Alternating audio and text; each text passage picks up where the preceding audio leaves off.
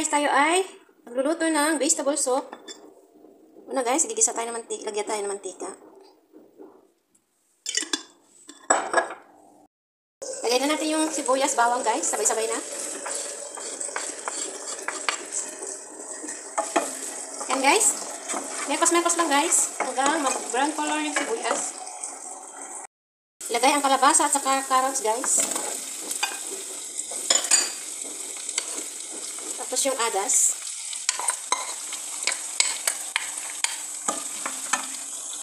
Lagyan natin ng turmeric powder. Konti lang. Tapos, lagyan natin ng tubig.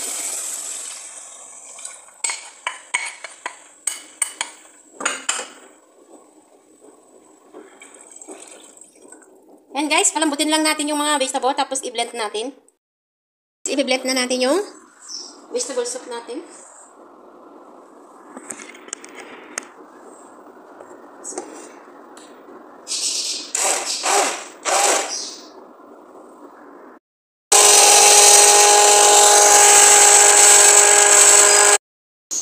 Lagyan na natin sa kaldero. At pakulan natin konti guys. Yung mixer guys, pwede sa blender. Yan guys, lalagay na natin yung vegetable soup.